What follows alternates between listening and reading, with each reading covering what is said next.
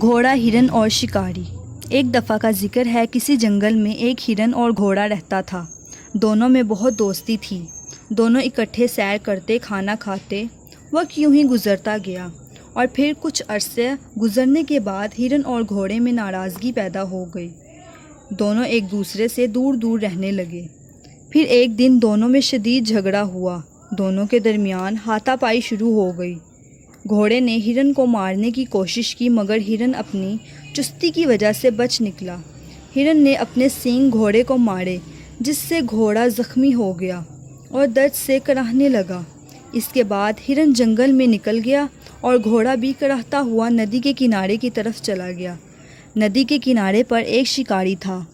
اس نے گھوڑے کو دیکھا تو خوش ہوا اور کہنے لگا، مجھے شکار کرنا ہے اور میں زیادہ چل بھی نہیں پا رہا، کیوں نہ میں اس گھوڑے کی سواری کروں۔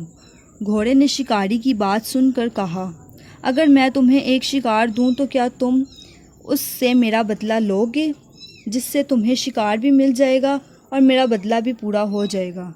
شکاری نے گھوڑے کی بات مان لی۔ اب شکاری نے گھوڑے کو لگام ڈالی تو گھوڑے نے کہا، کیا کر رہے ہو؟ تو شکاری نے کہا، کچھ نہیں، میں جب بھی کہیں ادھر ادھر مڑنے کا ارادہ کروں گا تو اسی سائڈ کی طرف رسی کھینچوں گا، تم سمجھ جانا۔ گھوڑا راضی ہو گیا۔ اب دونوں جنگل کی طرف نکل پڑے۔ گھوڑا شکاری کو ہرن کے پاس لے گیا۔ شکاری ہرن کو دیکھ کر خوش ہو گیا۔